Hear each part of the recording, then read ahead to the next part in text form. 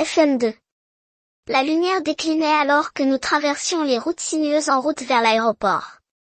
Un silence s'était installé sur le paysage, les arbres projetant de longues ombres sur l'asphalte. J'étais à moitié perdu dans mes propres pensées lorsqu'un cerf s'est enfui de la forêt et s'est retrouvé sur le chemin de la voiture. Réagit instinctivement le conducteur en tirant le volant sur le côté. Je me souviens d'une secousse violente, du crissement des pneus et puis plus rien. La prochaine chose dont j'ai eu conscience était une blancheur aveuglante, l'odeur stérile du désinfectant, le bip constant d'un moniteur et une douleur sourde et écrasante dans tout mon corps.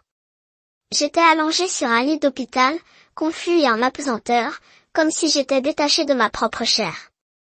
Une infirmière est apparue dans ma vision floue. Elle se pencha doucement, sa voix douce. « Vous êtes dans un hôpital militaire à Francfort, dit-elle. » Ma tête me faisait mal, ma jambe et mon bras droit étaient immobilisés, mes côtes me brûlaient et chaque respiration était un combat. Plus tard, j'avais appris que j'avais souffert d'un poumon effondré accompagné de multiples fractures. Mais à ce moment-là, je ne me souvenais même pas de qui j'étais. Lorsque le brouillard dans mon cerveau a commencé à se dissiper, je me suis tourné vers l'infirmière et lui ai murmuré « Depuis combien de temps suis-je ici ?»« 5 jours, répondit-elle en ajustant ma perfusion. J'ai hésité, puis j'ai demandé « Est-ce que ma femme est venue ici ?»« Non, monsieur, dit-elle calmement. Savez-vous où elle est ? » Elle n'est pas venue, répondit l'infirmière. Mais nous l'avons prévenue dès votre admission. J'ai fouillé dedans jusqu'à ce que je trouve mon téléphone et j'ai composé le numéro de Lydia avec les doigts tremblants. Elle a décroché presque immédiatement. Sa voix s'est brisée lorsqu'elle a dit « Fred, tu vas bien. Parle-moi de toi. Comment vas-tu ? Comment va le bébé ?» Sa réponse fut sous forme de sanglots. « Fred, nous l'avons perdu. Le bébé est parti. Je suis vraiment désolée. » J'ai senti l'air aspiré de mes poumons. C'était comme si la chambre d'hôpital s'effondrait sur elle-même. Je ne pouvais pas parler. Je ne pouvais même pas bouger. Finalement j'ai réussi à m'en sortir. Tu vas bien ? Je pense que oui.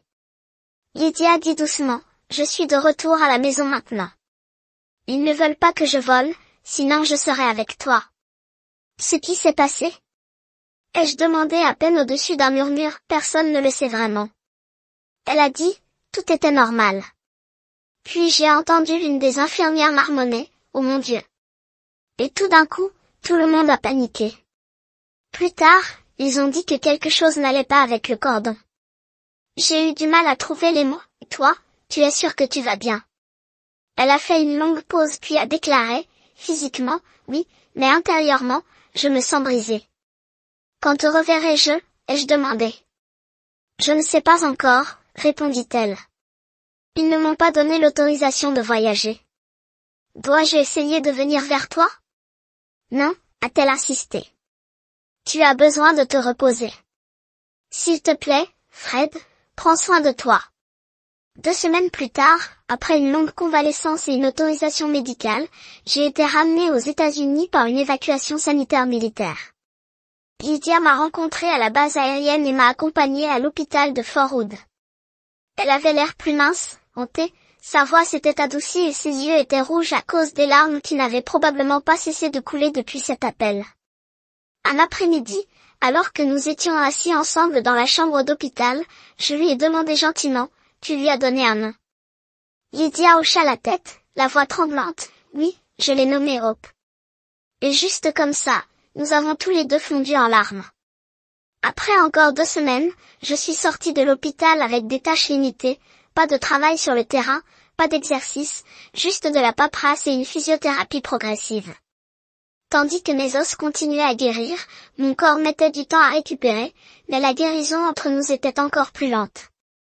Pourtant, nous sommes restés proches, nous accrochant les uns aux autres comme les survivants d'un naufrage s'accrochent au bois flotté. Le temps passait, la distance entre nous diminuait. La douleur est passée de la chaleur blanche à une douleur sourde et persistante. J'ai obtenu une promotion au grade de major et nous étions en poste à Aschigleberg, en Allemagne. Nous y avons vécu 3 ans, voyageant quand nous le pouvions et trouvant des moments de joie entre les ombres. C'était bien. Nous l'avons bien fait. Finalement, nous avons reçu de nouvelles commandes et avons déménagé à nouveau, cette fois à Fort Lewis, dans l'État de Washington. Les logements étaient des logements d'officiers de terrain de niveau supérieur avec un véritable garage et un espace qui ressemblait finalement à une maison plutôt qu'à un abri temporaire. Nous avons commencé à déballer tout ce que nous avions envoyé d'Allemagne, ainsi que les cartons qui étaient stockés avant le déménagement. Lydia s'est rendue à une réunion de bienvenue au club des officiers ce soir-là. Elle voulait se connecter avec d'autres épouses et retrouver un peu de normalité. Je suis restée à la maison pour gérer la montagne de déballage. La maison était remplie de tours en carton empilés, chacune étiquetée et datée. En triant dans une boîte plus ancienne, je suis tombée sur un coffre en bois que je ne me souvenais pas avoir vu auparavant. Il était petit, avec des bords polis et un loquet délicat. Par curiosité, je l'ai posé sur la table et je l'ai ouvert. À l'intérieur se trouvait un paquet d'enveloppes soigneusement attachées avec un ruban rose pâle. J'ai retiré le ruban et ouvert la première enveloppe. Il n'était pas scellé. Ce que j'ai trouvé à l'intérieur m'a glacé le sang. C'était un acte de naissance officiel. Le document indiquait qu'une petite fille était née vivante, 7 livres, 6 onces et 19 pouces de longueur. La date correspondait au jour que Lydia me l'avait annoncé. Notre fille est venue au monde sans un souffle. Le nom du bébé était indiqué comme Espoir. La mère était Lydia Jane Sadler-Ney, Johnston. Sous la section consacrée au nom du père, il était simplement écrit inconnu. Au bas du certificat se trouvaient 2 minuscules empreintes de pas imprimées à l'encre. Je me suis effondrée sur la chaise la plus proche, regardant fixement le papier dans mes mains. Mon pouls résonnait dans mes oreilles. J'avais l'impression que le sol avait bougé sous moi. Au bout d'un moment, j'ai cherché l'enveloppe suivante. Il a également été décellé. À l'intérieur se trouvait une pile de documents juridiques, un certificat d'adoption. Je l'ai lu puis relu encore et encore, essayant et échouant de donner un sens à ce que je voyais. Il a déclaré qu'une petite fille nommée Hope, née de Lydia Sadler, avait été remise pour adoption. Tous les droits parentaux avaient pris fin parce que l'identité du père était répertoriée comme inconnue. Son consentement a été jugé inutile. Les conditions étaient définitives. La localisation et l'identité de la famille adoptive resteraient scellées. Aucune communication ne serait jamais autorisée. J'ai continué. À l'intérieur du reste des enveloppes se trouvaient des lettres, des dizaines d'entre elles toutes écrites par moi, des lettres que j'avais envoyées à Lydia lors des déploiements. Elle avait sauvé tout le monde, les avait rangées à côté de ses secrets, je restais figée, luttant pour respirer, l'esprit ébranlé. Cela n'avait pas été une décision prise dans un moment de panique. Il a été calculé, organisé, signé et scellé dans mon dos. Si Lydia avait déjà prévu de donner le bébé, qu'est-ce que cela signifiait? Est-ce qu'elle cachait quelque chose d'encore plus profond? Et si je n'étais pas répertoriée comme père? Qui était? Avait-elle été infidèle? Combien y en avait-il d'autres? Et depuis combien de temps vivait-elle cette double vie? J'avais l'impression d'étouffer. Finalement, j'ai tout remis dans le coffre en bois et je les fermais. C'est alors que j'ai remarqué ce qui défilait à l'extérieur de la boîte aux marqueurs noirs, les papiers de Lydia et ses souvenirs d'enfance. Si j'avais vu cette étiquette plus tôt, je ne l'aurais jamais ouverte. Peut-être que je n'étais pas censée le faire. Peut-être que chaque mariage, aussi proche soit-il, a des portes qui ne devraient pas être ouvertes. J'ai doucement glissé la boîte à sa place parmi les autres, j'ai réorganisé les piles environnantes pour cacher toute trace de mon contact et je suis sortie dans le froid. Je me suis assis sur le pont arrière, la brise du soir effleurant mon visage, essayant d'apaiser le chaos en moi. Les murs de la maison semblaient trop étroits, la vérité trop bruyante. Et maintenant? Comment puis-je en parler sans tout déchirer? Comment confronter quelqu'un à propos d'un mensonge aussi énorme? Et plus terrifiant encore, et si elle avait des raisons que je ne comprenais pas? Je ne pouvais pas me tourner vers mes parents, pas avec ça. Ils perdraient la tête. J'étais leur unique enfant, tout leur héritage était concentré dans une seule personne. Ils attendaient depuis des années un petit enfant. Je pouvais déjà entendre leur indignation et celle de ses parents. Ce n'était pas une option non plus. Nous n'avons jamais été proches d'eux et ils n'étaient pas du genre à pardonner. Nous n'avions pas non plus d'amis proches sur qui nous appuyer. Le mode de vie militaire, avec ses déplacements et ses perturbations constants, avait rendu les relations à long terme presque impossibles à entretenir. Je suis resté dehors bien après la nuit, assis sur ce foutu trottoir, les bras suspendus à mes genoux comme un point mort. Lydia a finalement roulé, les phares de la voiture traversant l'allée comme si elle possédait l'endroit où elle s'était garée, a coupé le moteur et est venue et m'a trouvé là, voûté et silencieux. « Bébé », dit-elle en se penchant pour m'embrasser sur la joue comme si de rien n'était. « Déballé beaucoup de choses aujourd'hui. »« Ouais, ça suffit », dis-je d'une voix aiguë comme un fil cassé. Je ne la venais pas habituellement comme ça. Elle sentit qu'il restait là un deuxième regard fouillant mon visage comme si elle attendait plus. Je ne lui ai rien fait, alors elle s'est retournée sans un mot et est entrée à l'intérieur. Il m'a fallu plus d'1 heure avant de le suivre. Quand je suis finalement entrée, la première chose que j'ai remarquée était le petit coffre en bois, son coffre qui avait disparu. Nous avons été invités à une soirée de bienvenue ce samedi, dit-elle, essayant de donner l'impression qu'elle ne surveillait pas chacun de mes mouvements. C'est bien, marmonnai-je. Les Simpsons de Hachigleberg sont stationnés ici maintenant. Tu te souviens d'eux? Elle a demandé comme si je m'en foutais. Pas vraiment, dis-je en la regardant à peine. Elle a joué au bridge avec moi. Il était majeur en G2, Jim et Fran, ajouta-t-elle, poussant comme si c'était important. Oh ouais, j'ai dit que je pense que je me souviens qu'elle s'est rapprochée, ses yeux se fixant sur moi maintenant comme si elle avait enfin vu la tempête que j'avais entraînée avec moi. Ça va? Est-ce qu'il s'est passé quelque chose aujourd'hui? Tu te comportes bizarrement, dit-elle, d'une voix plus douce, désormais prudente. Il y a quelque chose qui ne va pas. J'avais envie de crier. Tu n'en as aucune putain d'idée et je jure que je vais tout découvrir, mais à la place je l'ai avalé et j'ai dit, non, juste une dure journée à me sentir mal, c'est tout. Tu veux quelque chose pour le dîner? Ou peut-être que nous pourrions aller au club des officiers, a-t-elle demandé, comme si la nourriture pouvait arranger le problème. Je n'ai pas faim, dis-je déjà en me dirigeant vers la chambre. Je pense que je vais m'allonger. Je me suis laissé tomber face la première sur le lit sans même me changer. À un moment donné, j'ai dû m'évanouir. Quand j'ai ouvert les yeux, il était déjà 1 heure du matin. Je ne me suis levée qu'à 9 heures. Cela n'est jamais arrivé. Je me sentais comme un étranger dans ma peau. Finalement, je me suis douchée et je suis descendue. Elle était déjà dans la cuisine en train de préparer le café, petit déjeuner. Elle a demandé. Non merci, j'ai dit juste du café. Elle avait l'air surprise. J'ai toujours pris mon petit déjeuner. Elle s'est assise en face de moi à table et m'a regardé attentivement. Il se passe définitivement quelque chose, dit-elle doucement. S'il vous plaît dites-moi, je peux peut-être vous aider. J'ai juste beaucoup de choses en tête, marmonnai-je. Je me suis levée, j'ai jeté le café intact dans l'évier et je me suis dirigée vers le garage. Je suis là si tu as besoin de moi, m'a-t-elle appelé alors que je partais. Je suis allée directement au terrain de golf de la base, je suis entrée dans le café du 19e trou et j'ai commandé quelque chose que je n'avais pas mangé depuis des années, 2 œufs, du corned beef, du hachis et un café décaféiné. C'était autrefois mon petit déjeuner préféré, avant que les préférences de Lydia ne commencent à dicter ce qui arrivait dans la cuisine. Le bœuf était interdit pour elle. Mais je m'en fichais. Aujourd'hui, j'avais besoin de me rappeler qui j'étais avant tout cela, j'en ai mangé la majeure partie, puis je me suis promenée sur le pont et j'ai regardé les golfeurs conclure le 18e trou. C'était paisible.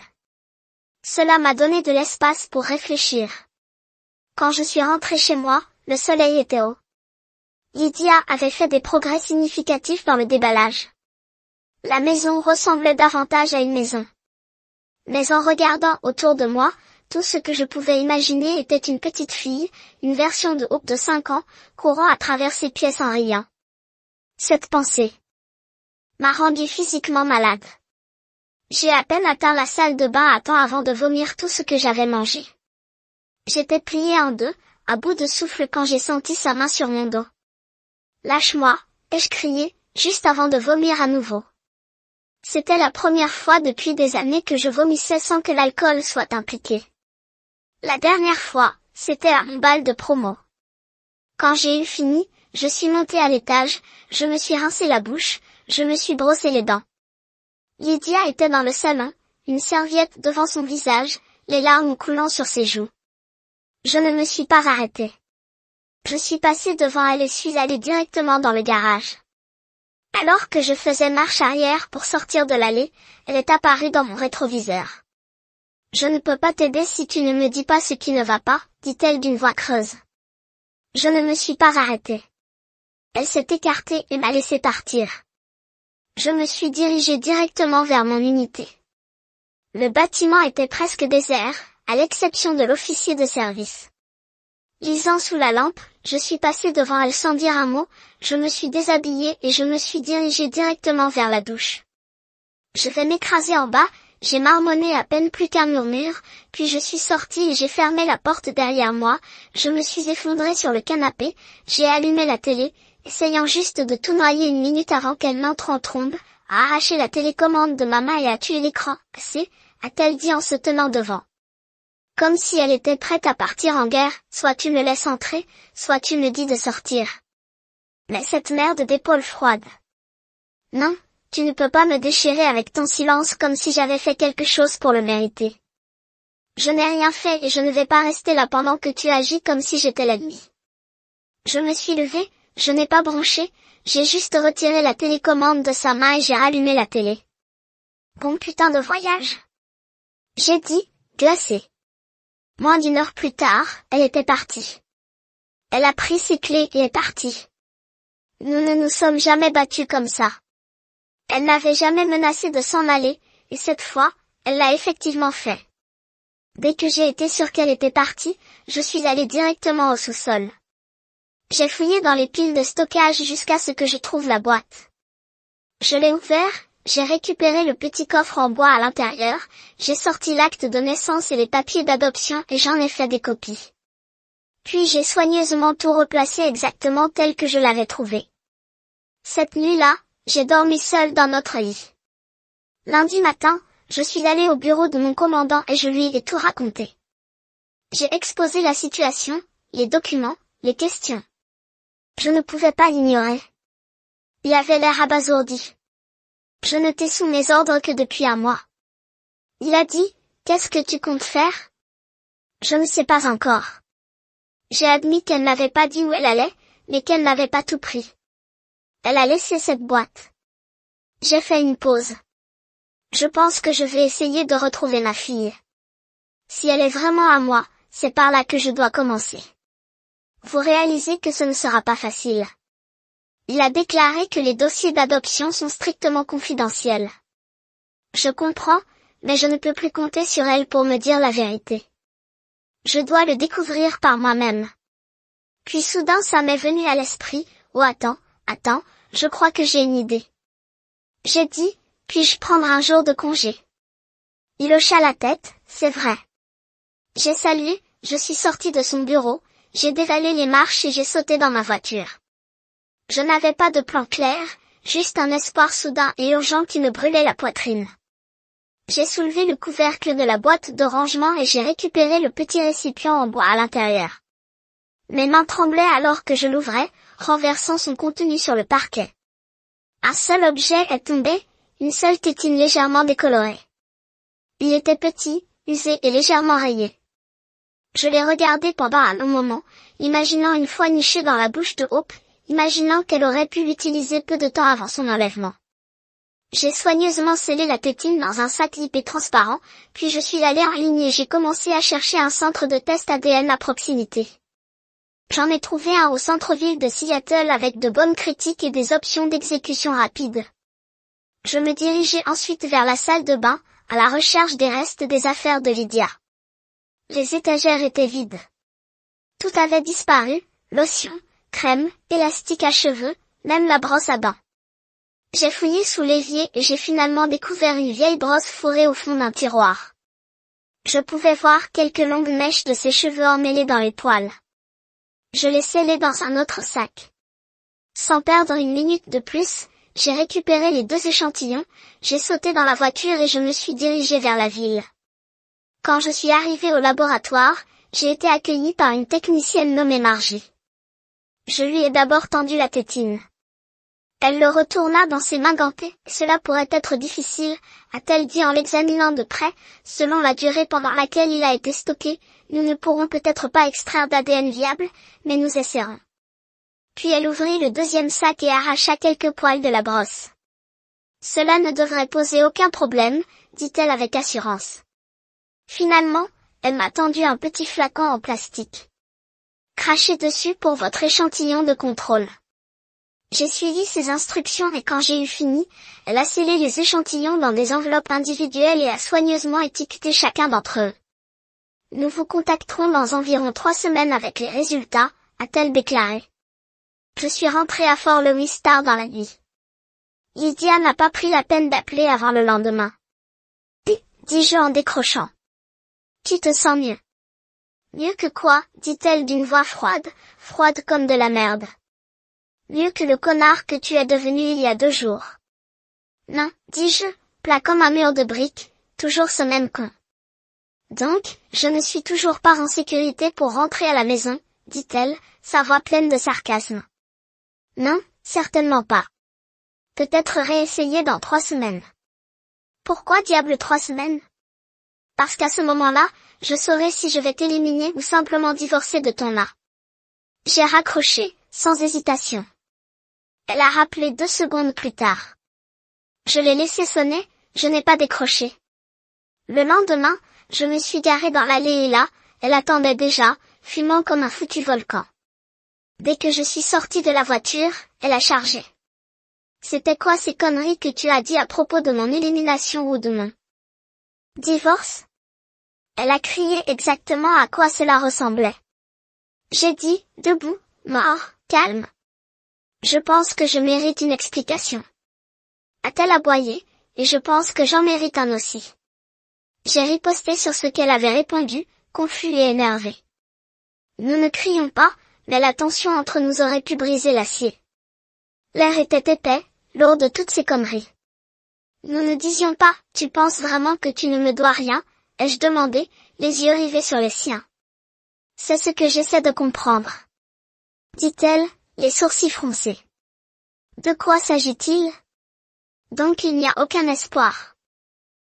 Dis-je en faisant glisser ce nom comme une foutue lame. Tout son visage s'est fissuré comme un clin d'œil. Elle n'était plus en colère, elle était détruite. Les yeux écarquillés, le corps se figea.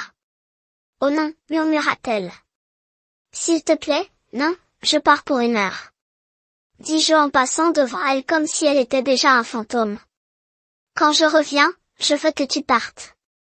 Je pars au travail à 6h30 demain. Je serai à la maison à 17h. Tout ce qui t'appartient ferait mieux d'être hors de cette maison. Je suis partie et je suis revenue exactement 1 heure plus tard. Elle était partie, avec la petite boîte en bois et une bonne partie de ses affaires. Elle a essayé d'appeler cette nuit-là, probablement plusieurs fois, mais j'ai bloqué son numéro après la première tentative. J'avais besoin de silence. À 6h30 le lendemain matin, j'ai démarré la voiture. Porte de garage, s'ouvrant lentement dans le rétroviseur. Elle était de nouveau debout derrière le véhicule. J'ai reculé, pouce par pouce, elle a marché avec la voiture, les mains appuyées sur le coffre.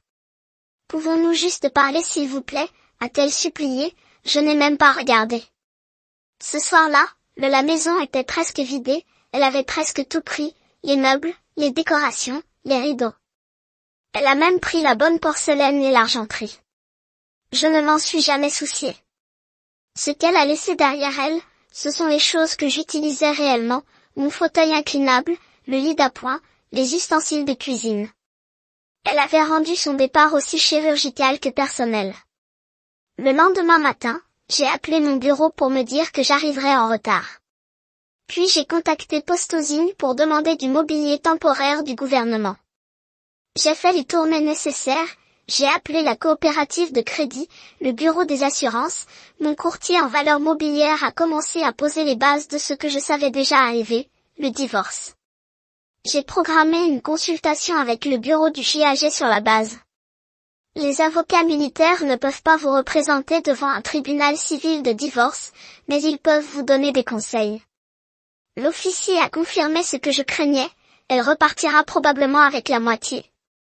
Dit-il.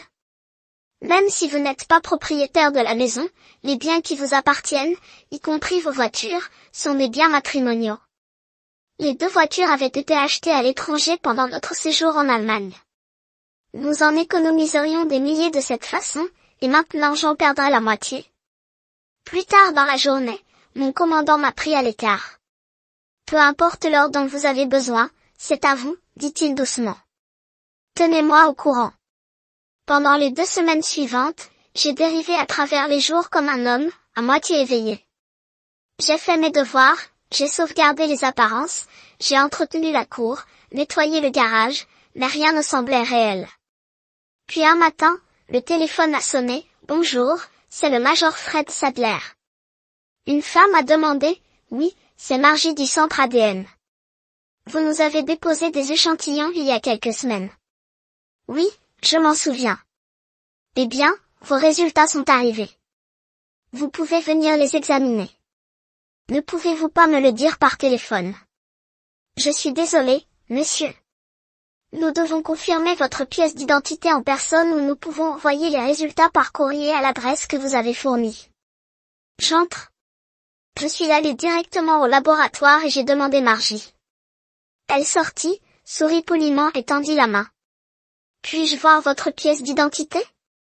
J'ai remis ma carte d'identité militaire. Suis-moi. Elle m'a conduit dans une petite pièce sans fenêtre. Quelques minutes plus tard, elle revint avec une enveloppe scellée et la tétine dans un sac. Elle a tout mis sur la table. L'échantillon A est votre ADN, a-t-elle expliqué. L'échantillon B est les cheveux que vous avez fournis. L'échantillon C provient de la tétine. J'ai hoché la tête, me préparant. Les échantillons B et C montrent une relation biologique, a-t-elle déclaré. L'échantillon A ne montre aucune relation avec l'un ou l'autre. Je l'ai remercié, j'ai pris les papiers et la tétine et je suis sorti. Je suis resté longtemps assis dans ma voiture en train de traiter. Donc l'enfant était réel et elle appartenait à Lydia, mais elle ne m'appartenait pas. Un autre homme avait une fille qui l'appelait papa, pas moi. J'ai de nouveau contacté le bureau du JAG. Ils ne pouvaient pas me représenter directement, mais ils m'ont donné une liste d'avocats civils vérifiés. J'ai appelé tous les noms, fixé 6 rendez-vous. Le 3e est resté coincé. Il était lui-même un ancien JAG. Aucune patience pour les tricheurs, peu importe leur sexe. Il a parlé avec clarté, certitude et acier dans sa voix. Il était exactement ce dont j'avais besoin. J'ai passé plus d'1 heure à tout préparer, du début à la fin, pour l'avocat. Il n'a jamais interrompu, n'a jamais regardé sa montre, il a juste écouté. Des yeux perçants, une expression devenant plus sombre à chaque détail. Quand j'ai finalement arrêté de parler, il s'est penché en arrière et a expiré par le nez. En 45 ans de pratique du droit, a-t-il dit d'une voix basse et sinistre, je n'ai jamais entendu quelque chose d'aussi froid. Ce n'est pas seulement de la malhonnêteté, c'est une cruauté délibérée enveloppée de calcul. Elle n'est pas seulement sans cœur, c'est comme si elle était née sans conscience. Malheureusement, il a ajouté, le tribunal de la famille travaille rarement en faveur de l'homme, peu importe son innocence. C'est comme si le système devait le briser pour se sentir juste. Cette nuit-là, quand je suis rentré chez moi, j'ai trouvé une enveloppe qui attendait dans la boîte aux lettres. Pas d'affranchissement, pas de peluche, juste une note manuscrite. Fred, 3 semaines sont écoulées. Lydia, il faisait froid, clinique. L'adresse de retour chez ses parents à Mechanicsburg, Pennsylvanie. J'ai composé son numéro, salut, Fred. Elle a répondu comme si nous décrivions une conversation informelle. Je ne fais pas ça par téléphone, j'ai dit catégoriquement, et je ne prends pas non plus l'avion pour la Pennsylvanie. Alors je suppose que tu devras venir ici. J'ai envoyé cette lettre de Seattle la semaine dernière. Je serai à la maison à 6h30, je lui ai dit, montre-toi alors. La table, je n'ai pas débouché une bouteille de vin ni préparé une seule collation. Ce n'était pas une réunion, c'était un règlement de compte. Sur la table basse ennuyeuse et militaire, j'ai disposé 3 documents, les résultats ADN, l'acte de naissance et les papiers d'adoption. Elle s'est garée dans l'allée à 18h20 mais n'a sonné que lorsque l'horloge a sonné exactement à 18h30, comme prévu. Comme si la ponctualité pouvait défaire ce qui avait déjà été fait. Je l'ai laissée entrer sans un mot, j'ai fait signe vers la chaise en face de moi et je me suis assis sur le canapé. Elle a choisi la chaise en bois, plus rigide et moins confortable, adaptée à la tension de la pièce. J'ai fouillé dans ma poche, j'en ai sorti la tétine et je l'ai tenue vers elle. Son visage s'est brisé comme du verre sous la pression. Elle a pris la tétine de ma main avec des doigts tremblants et l'a serrée contre sa poitrine comme si c'était une sacrée relique. Merci, murmura-t-elle, réussissant à peine à prononcer les mots. Puis je lui ai remis les résultats ADN. Tu sais déjà ce que ça dit, lui dis-je. Mais voici la preuve, juste pour que ce soit clair. Elle hocha lentement la tête, comme si tout son corps commençait à s'arrêter. Sa main gauche tendit la main vers l'enveloppe, tenant toujours cette foutue tétine dans l'autre. Je suppose que c'est ton échantillon, hein? Demanda-t-elle d'une voix basse et cassante. C'est vrai, dis-je sans broncher. J'ai fait glisser le reste de la paperasse sur la table, finale propre et brutale. Elle se pencha, lut le titre en haut de la pile. Le calme qu'elle avait feint commença à se fissurer. Ses yeux s'écarquillèrent et ses lèvres tremblaient. Elle a mis la feuille d'ADN de côté, ses mains se dirigeant vers les papiers du divorce. Tandis qu'elle essayait de lire, les larmes faisaient couler l'encre. Ses doigts tremblaient alors qu'elle fouillait dans sa poche. « As-tu un mouchoir ?» a-t-elle demandé, comme si nous jouions toujours la politesse. « Je ne le fais pas », dis-je froidement comme l'enfer. C'était un mensonge. La boîte était posée juste là sur la table de nuit. Elle l'a regardé, puis m'a regardé. Elle savait que je n'avais pas bougé d'un pouce. « Tu ne vas vraiment pas rendre ça facile. »« Hein ?» dit-elle, tenant à peine le coup. « Tu as triché ?» dis-je. Aucune émotion, juste un fait. Elle fit un petit signe de tête, sans déni, juste de la culpabilité suspendue dans l'air comme de la fumée. Combien de fois j'ai demandé, est-ce vraiment important? Répondit-elle, la voix cassée. Non, j'ai dit.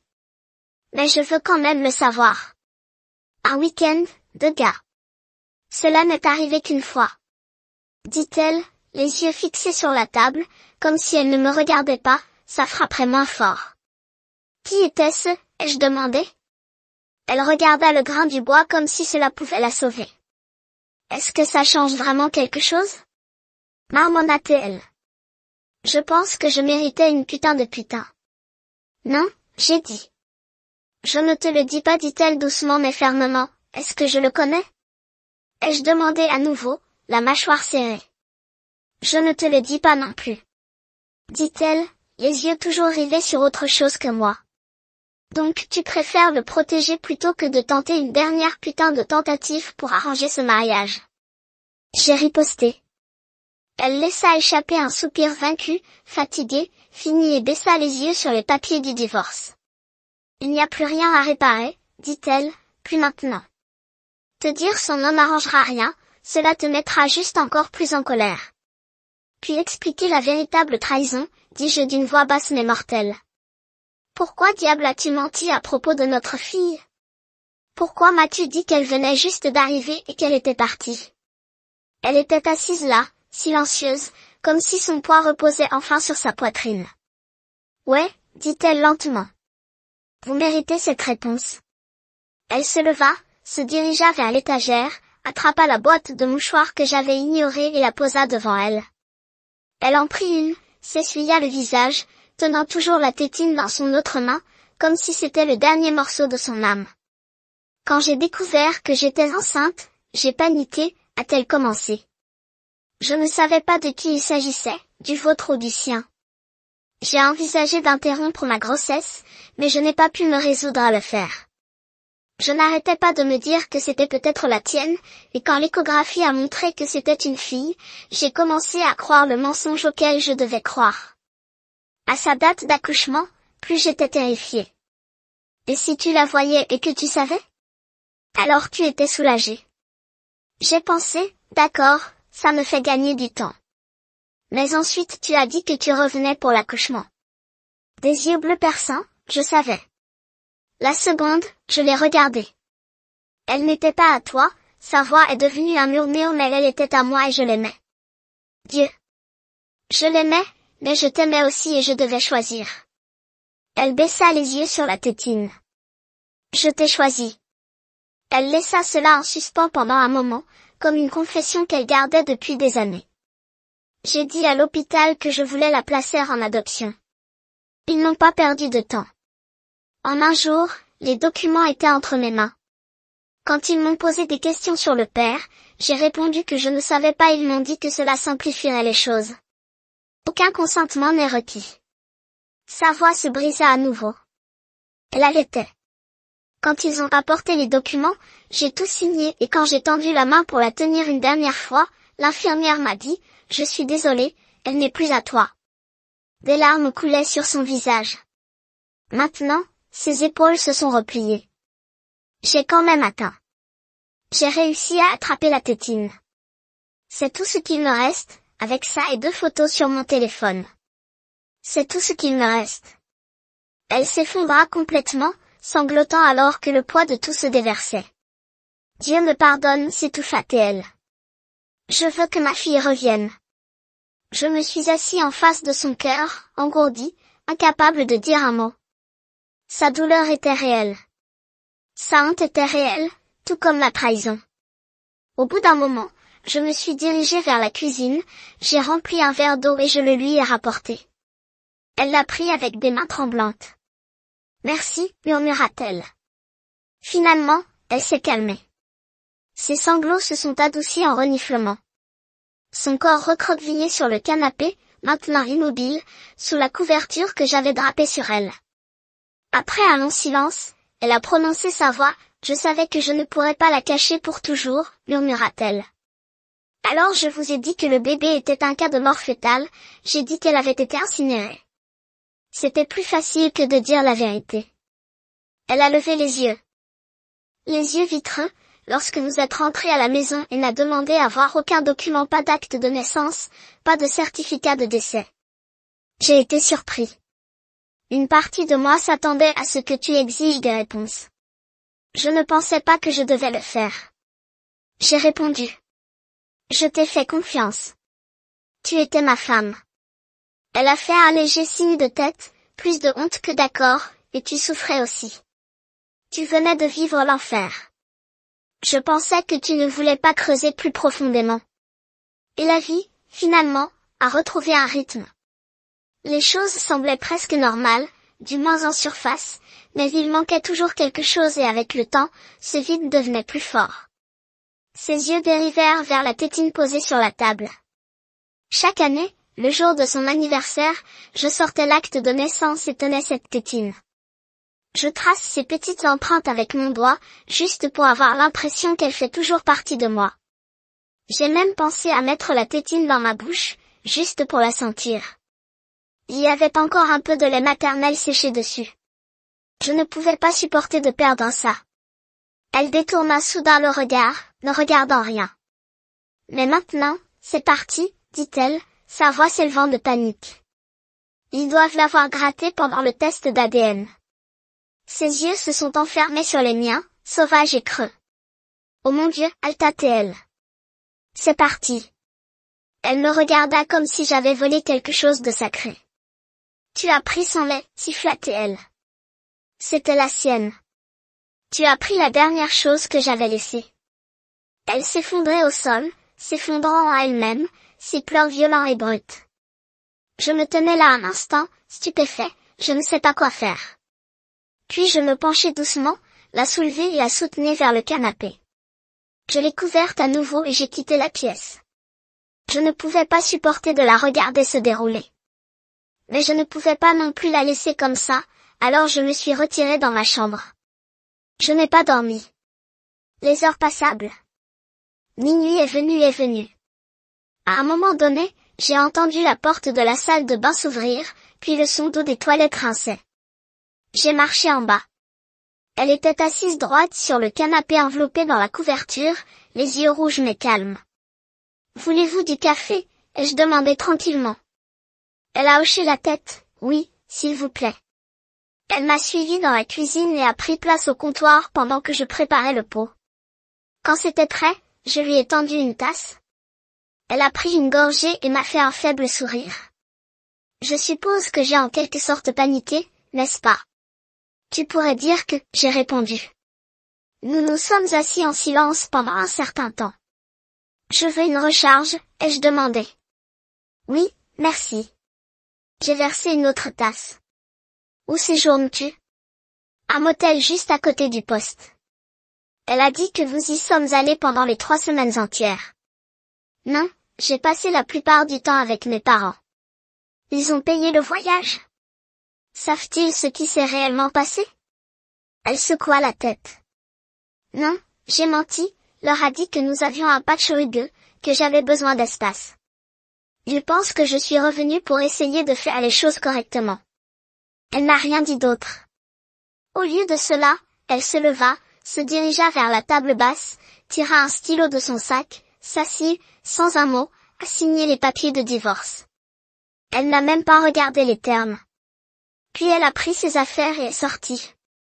Je me tenais là pendant quelques instants avant de rassembler tranquillement les tasses à café. Je me suis nettoyée et je me suis couchée. Quand je me suis réveillée, c'était tard dimanche matin. La maison était silencieuse. J'ai passé la journée seule à laisser courir mes pensées jusqu'à ce qu'elles commencent enfin à ralentir. Lundi, j'ai apporté les papiers signés à mon avocat et ils ont été officiellement déposés. Je suis également allée à l'autorité du logement et je leur ai dit que je voulais sortir du poste. J'avais besoin de distance de tout. 6 mois se sont écoulés. Le divorce a été finalisé. Lydia ne s'est jamais présentée devant le tribunal. Elle n'a pas déposé de réponse, n'a rien contesté. Elle est partie avec seulement sa voiture et tout ce qu'elle avait pris.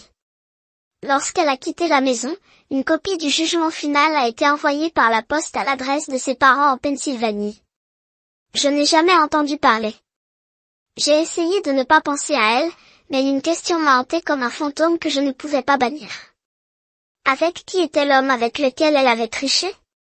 Elle ne m'a jamais dit son nom, n'a jamais expliqué comment cela s'était produit ni pourquoi.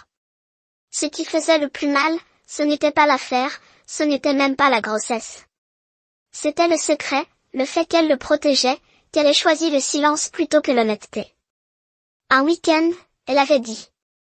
Mais ce week-end avait tout brisé. Heureusement, le travail est devenu mon encre. Le rythme était implacable et je me suis penchée dedans. Pas le temps de résider, pas de place pour que l'amertume prenne racine. Je n'ai pas sorti, je n'ai pas socialisé, je viens de fonctionner. La seule fois où je me sentais à nouveau humain, c'était une fois par semaine lorsque j'avais rejoint le Major George Johnson et sa famille pour le dîner. Ils étaient tout. Une famille militaire aspirait à être, un mari chaleureux, structuré et solidaire, femme, 2 enfants, 2 voitures de travail, une cuisine qui sentait la maison. Bien sûr, ils ont bougé, souvent comme le reste d'entre nous, toujours emballés et déballés, inscrivant les enfants dans de nouvelles écoles chaque année. Ce n'était pas facile, mais ils l'ont fait fonctionner. Georges et Marion étaient mariés depuis 12 ans. Leur fils avait 10 ans, leur fille 8. Je ne savais pas à quoi ressemblait la normale, mais ils semblaient assez proches. Un soir après le dîner, Georges et moi sommes restés debout à parler. La conversation a dérivé vers des affectations de devoirs temporaires. Nous avons parlé de combien ils nous ont tirés de nos familles, comment, après un certain temps, ils ont cessé de se sentir comme des voyages et ont commencé à se sentir comme un évitement. Il a mentionné qu'il avait été sélectionné pour un séminaire de sécurité tour à Fort Hood. Le lendemain matin, je suis allé directement chez notre commandant. Monsieur, j'ai dit, Y a-t-il une raison pour laquelle je ne peux pas assister au séminaire à la place du Major Johnson? Pas vraiment, a-t-il dit. Le général pensait qu'il avait un peu plus de temps sur le terrain que vous, mais si vous êtes intéressé, nous pouvons l'échanger. J'ai dit que c'était leur anniversaire. Laissez-les le dépenser ensemble. Le COI, Je ne savais pas que vous aviez une séquence romantique, le Major Sadler. 2 semaines plus tard, j'étais de retour à Fort Hood, l'endroit même où Lydia avait donné naissance à sa fille. C'était étrange d'être de retour, comme marcher sur de vieilles blessures. Mais le séminaire était facile à vivre. Nous avons été divisés en équipes pour un projet collaboratif, 18 officiers. Lorsque les groupes ont été formés, 2 d'entre nous ont été laissés non attribués. C'est ainsi que j'ai rencontré le Major Case Franklin. Il était stationné à Fort Wayne en Alaska, la base la plus froide de l'armée, mais cela ne le dérangeait pas. Le froid a dit que cela lui avait donné la concentration. Il était brillant, surtout avec la technologie. Nous nous sommes maillés instantanément, surperformant tous les autres groupes sans même essayer. Nous avons dû ralentir juste pour laisser les autres suivre. Ce vendredi, nous avons pris le déjeuner au club des officiers. Quelque part entre les hamburgers et le café, Case s'est ouvert. J'ai trompé ma femme, dit-il soudainement. Elle m'a quitté, a pris les enfants. Maintenant, elle est avec un civil et il l'appelle papa. Les mots ont atterri lourd. Je connaissais cette douleur exacte, et soudain je ne me sentais pas si seule.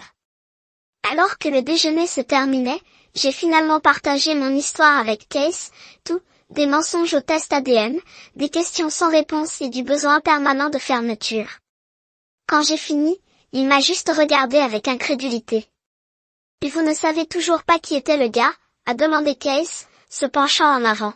« Non », j'ai répondu. Elle ne m'a jamais dit pas de nom, pas un indice.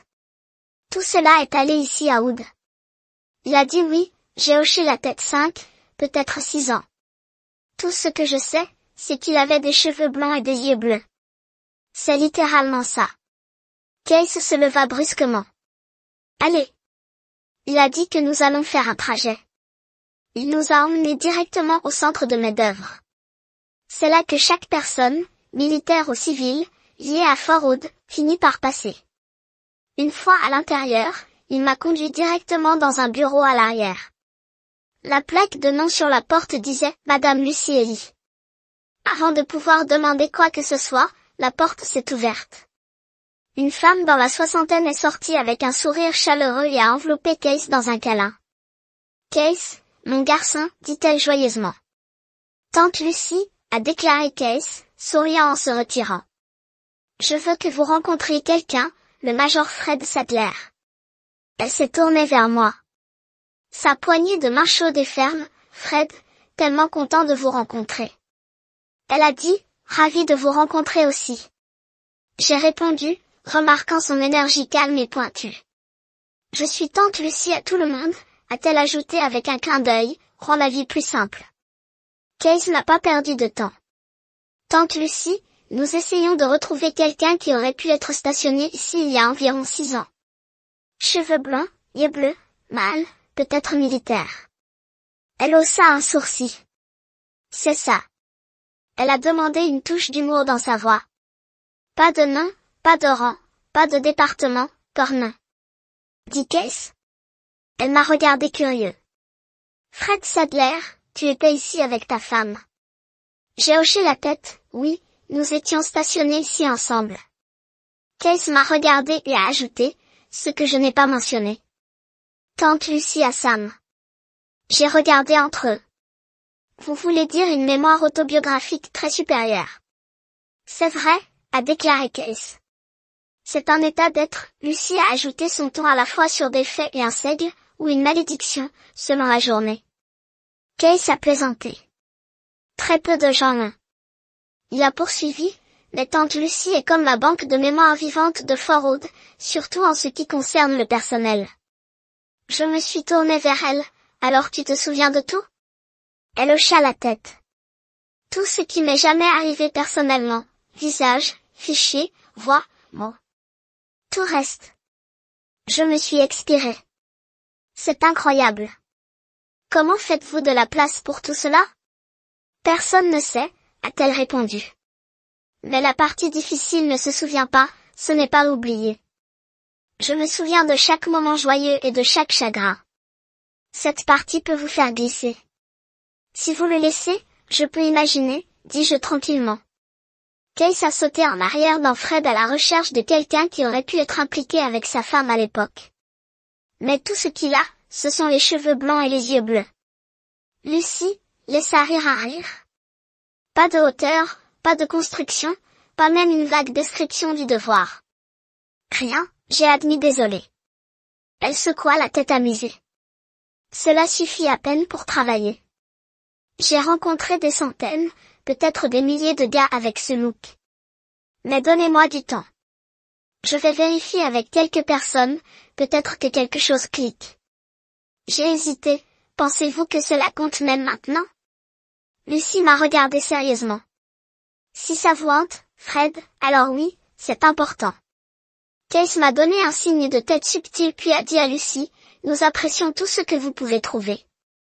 Elle tendit la main dans son tiroir et griffa quelque chose. Laissez-moi prendre vos 2 numéros.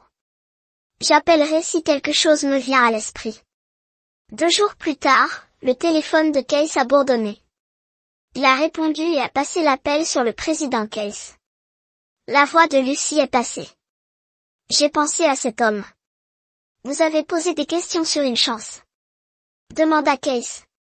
Eh bien, Lucie a dit que je ne me souviens pas de soldats ou d'officiers aux cheveux blancs et aux yeux bleus qui auraient correspondu au bon âge ou au bon moment. Mais il y a 2 civils que je connais qui ont travaillé avec le bureau de poste ingénieur. Il existe depuis le début des années 90, trop vieux, je pense. L'autre est ici depuis environ 10 ans. Il a l'habitude de superviser la division de plomberie, mais maintenant il est en charge des projets de construction. Non, Case a demandé à Kurt Weber. Lucie a répondu, les yeux bleus, les cheveux blancs, la fin des années 30. Maintenant, je suppose qu'il correspond au profil plus que quiconque. Il y a d'autres gars avec ce look sur poste, mais aucun qui ne semblait être un match et je n'ai pas essayé de rappeler quiconque vivait de la base. Ce que Fred n'aurait pas eu le temps de se rapprocher de nombreux civils. Merci, tante Lucie, a déclaré Case. À chaque fois, ma chérie, répondit-elle. Puis a mis fin à l'appel. Case se tourna vers moi. Vous voulez le vérifier? J'ai hoché la tête lentement. Ouais, j'ai besoin de savoir, j'ai besoin de voir. Case, s'attendant déjà à ce qu'il a décroché le téléphone. Allons son adresse. Il a rappelé Lucie. Une chance que nous puissions obtenir les coordonnées de Weber? Bien sûr, elle a déclaré, a obtenu le répertoire civil ici. Quelques instants plus tard, elle l'a lu. Case à gauche. Tu es la meilleure, tante Lucie. Je te dois le dîner. À 3h45 cet après-midi, nous étions assis dans sa voiture de location à l'extérieur du bâtiment des ingénieurs en attente. Nous n'avons pas eu à attendre longtemps. Un homme grand et propre a émergé du bâtiment, épaules larges, confiante, foulée, teint beige, cheveux blancs parfaits. Il ressemblait exactement au genre de gars à qui vous ne faisiez pas instinctivement confiance. Il est là, marmonna Case. Nous l'avons fait à distance, en attendant de ne pas nous rapprocher. Il a ramené directement à la maison. Un quartier résidentiel haut de gamme, rien de flashy. Nous nous sommes garés à un demi-pâté de maison, juste assez près pour regarder. Il n'est pas parti à nouveau, mais sa femme, ou qui nous supposions était sa femme, était à l'extérieur de s'occuper du jardin. 3 enfants avec des cheveux blancs assortis ont joué sur la pelouse. Case se tourna vers moi. Vous êtes sûr de vouloir passer avec ça? Vous n'avez pas besoin de rester, dis-je tranquillement. Il secoua la tête avec un sourire. Vous plaisantez? C'est génial. Je suis assis ici à penser à des moyens de faire transpirer ce gars. J'ai souri faiblement. J'ai moi-même quelques idées. Nous avons regardé silencieux pendant un moment, tous deux perdus dans les pensées. Pour la première fois depuis des années, je me sentais comme si je pourrais enfin me tenir au bord de la vérité et j'étais prêt, quoi qu'il en soit, de le regarder au visage. Le lendemain matin, j'ai arrêté ma voiture en arrêt dans une rue calme parallèle au quartier de Kurt Weber. J'avais un but, attendez-le. Peut-être qu'il allait golf, peut-être faire des courses le week-end. Quoi qu'il en soit, j'étais prêt à m'asseoir là toute la journée si je devais le faire. Près de 2 heures plus tard. Sa porte de garage s'ouvrit finalement et son SUV en argent s'est déroulé sur l'allée. Enfin, je pensais que je n'étais pas exactement ravie de passer mon dimanche sur un stakeout, mais j'aurais attendu jusqu'à la tombée de la nuit si c'est ce qu'il fallait. Il s'est rendu dans un Home Depot à proximité. J'ai suivi à une distance sûre, garé quelques rangées derrière lui et je l'ai traîné à l'intérieur. Il était évident qu'il était un habitué. Il hocha la tête contre les employés, les salua par son nom, même en plaisantant avec l'un des greffiers près de l'entrée. Il s'est versé une tasse de café d'entrepreneur gratuit d'un distributeur près de la porte et a discuté avec désinvolture avec un vendeur sur les options de carrelage. Puis j'ai remarqué quelque chose de stupide, mais ça m'a collé. Le gars a mâché de la gomme comme une vache, bruyante, ouverte, désagréable, le genre de trait qui rend quelqu'un instantanément peu aimable, même si vous ne les détestez pas déjà pour avoir couché avec votre femme. Lorsque le vendeur a été appelé, Weber a drainé le dernier de son café, a craché sa gomme d'occasion dans la tasse en papier, a sauté dans un bâton frais et s'est promené vers la section du bois. J'ai scanné la zone. Personne ne faisait attention. Je me suis glissé sur la poubelle, jeté un coup d'œil à l'intérieur et c'était là sa tasse de café jetée assise juste au-dessus de la gomme, toujours à l'intérieur. Je l'ai attrapé avec un sac en plastique, j'ai apporté, je l'ai scellé et je suis retourné à ma voiture. En partant, j'ai appelé Case, j'ai quelque chose? Je lui ai dit. Il gloussa, bien, parce que j'ai quelque chose de mieux, je vais ici. Quand je suis retourné au boc, Case ressemblait à un enfant. Le matin de Noël, il m'a agité une pile de documents. Vous allez vouloir vous asseoir pour cela, a-t-il dit. Je suis tombé sur la chaise. Il m'a tendu les papiers. Qu'est-ce que je regarde, ai-je demandé. Il a pointé la feuille supérieure. C'est son nom, son nouveau nom. Espérons, j'ai regardé la page, Sarah Randolph, ai-je demandé, ma voix attrapant. Case sourit. Sa famille adoptive, adresse complète, dossiers médicaux, tout cela. Ma mâchoire est tombée. Comment diable avez-vous obtenu ça? Je ne l'ai pas fait, a-t-il dit. Mon frère l'a fait. Il va bien, disons qu'il a certaines compétences. Les fichiers de l'agence d'adoption étaient verrouillés plus serrés qu'un serveur du Pentagone et il l'a fissuré. Oui, a déclaré Case, le cryptage de grade militaire ne l'a même pas ralenti. J'ai ri dépassé. C'est incroyable. Mais maintenant quoi? Case se pencha en arrière. Je ne sais pas, mais nous avons la vérité. C'est un sacré début, bien, dis-je en secouant la tête. Maintenant, nous devons simplement éviter les gros titres comme les officiers de l'armée exposent l'identité de mineurs pour la vengeance. Case roula des yeux et laissa tomber les papiers sur la table basse. D'accord, point pris, pas de chantage. J'ai rassemblé les documents et la tasse de café et je suis retourné dans mes quartiers. Je les ai placés soigneusement sur mon bureau pour des raisons que je ne peux toujours pas expliquer. J'ai ouvert un navigateur et entré à l'adresse de Randolph dans le GPS, Corsicana, Texas, à environ 200 m le lendemain matin, j'ai pris la route au lever du soleil. C'était un quartier de banlieue standard, pelouse soignée, clôture de piquets, fumée de barbecue le week-end dans les airs.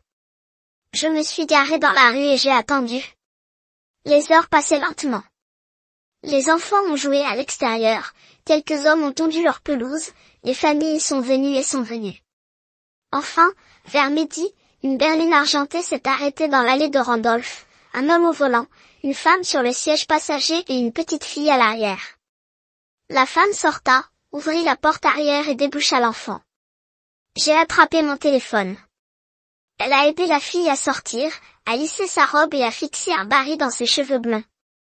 J'ai pris quelques photos rapides de la voiture. À ce moment-là, un son m'a surpris.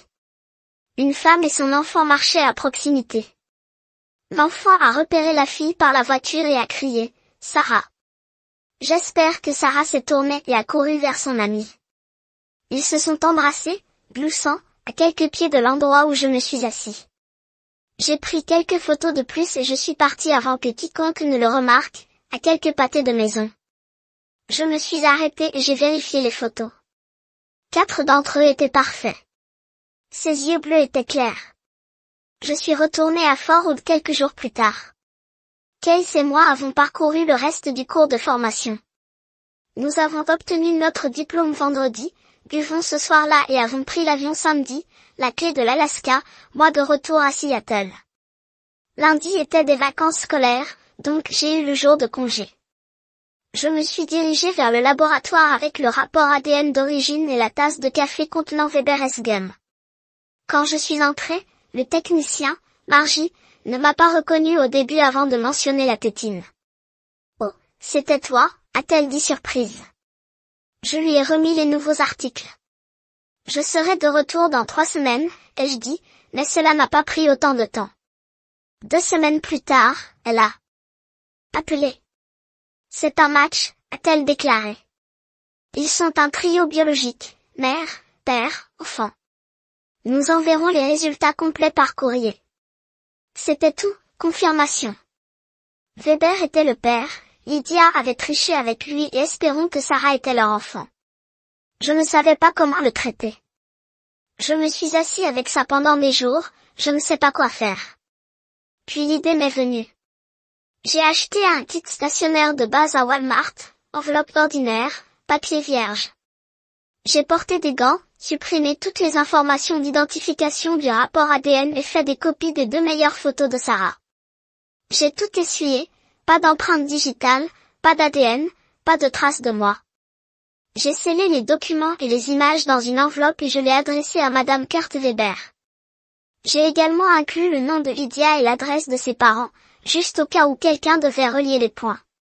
Ensuite, je me suis rendue au bureau de poste central de Seattle et je l'ai laissé tomber dans la boîte aux lettres. Fait. Je n'avais aucune idée de ce qui se passerait. Une fois que cette enveloppe a atterri à Collin, au Texas, je ne pouvais qu'espérer qu'elle serait la seule à la trouver. Ce que je voulais au fond était simple, je voulais qu'elle le détruise. Je voulais que son monde s'effondre.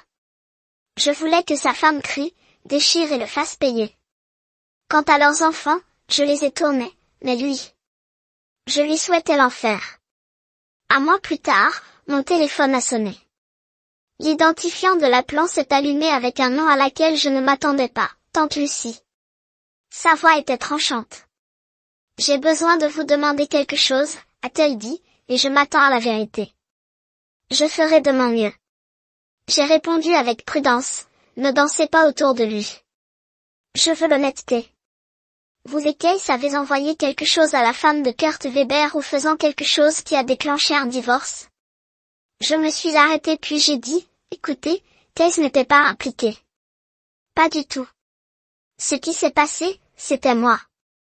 Je lui ai donné la majeure partie de la vérité, aiguillant soigneusement toute mention de Case. S'il y avait des conséquences, je voulais qu'il tombe sur moi seul. Il n'avait pas besoin d'être entraîné dedans. Eh bien, a déclaré Tante Lucie avec un soupir, vous avez certainement lancé un nid de frelons. Son ton n'était pas en colère, plus amusé que tout ce qu'elle avait vu.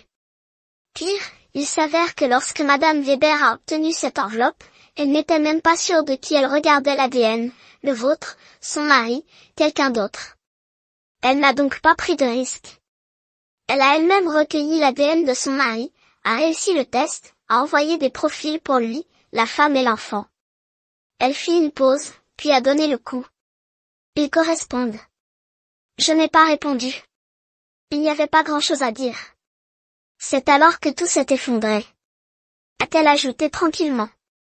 Puis plus douce, maintenant presque réticent, a-t-elle demandé, savez-vous qui était la femme, celle avec laquelle il avait l'affaire? J'ai répondu sans hésitation, oui, elle était ma femme, Tante Lucie. Il y a eu une forte inspiration à l'autre bout de la ligne. Ô Seigneur, elle murmura. J'avais un sentiment, mais j'espérais que j'avais tort. Elle a pris un autre souffle, puis a continué, eh bien, vous serez intéressé de savoir. Il a été appelé au bureau hier et disons simplement qu'il ne l'a pas bien pris. Il a été furieux, se déchaîner, piétiner, une base comme le monde le trahissait. Bien, j'ai dit clairement, si entendre que son mariage est en flammes est la pire partie de sa semaine, c'est toujours la meilleure nouvelle que j'ai eue depuis des mois. Je ne me sens mal que pour sa femme et ses enfants. Il ne méritait pas ces retombées. Pour moi, c'était déjà fait. Lydia et moi étions finis. L'encre sur les papiers de divorce avait séché. Maintenant, c'était au tour de Weber de faire face aux conséquences de ses choix. J'ai pris le dossier, Case m'avait donné tous les documents, rapports et informations, et je l'ai placé dans une boîte avec une poignée d'autres choses. Je n'avais pas le cœur à la poubelle mais je ne pouvais pas non plus rester à la vue. Il était temps d'aller de l'avant.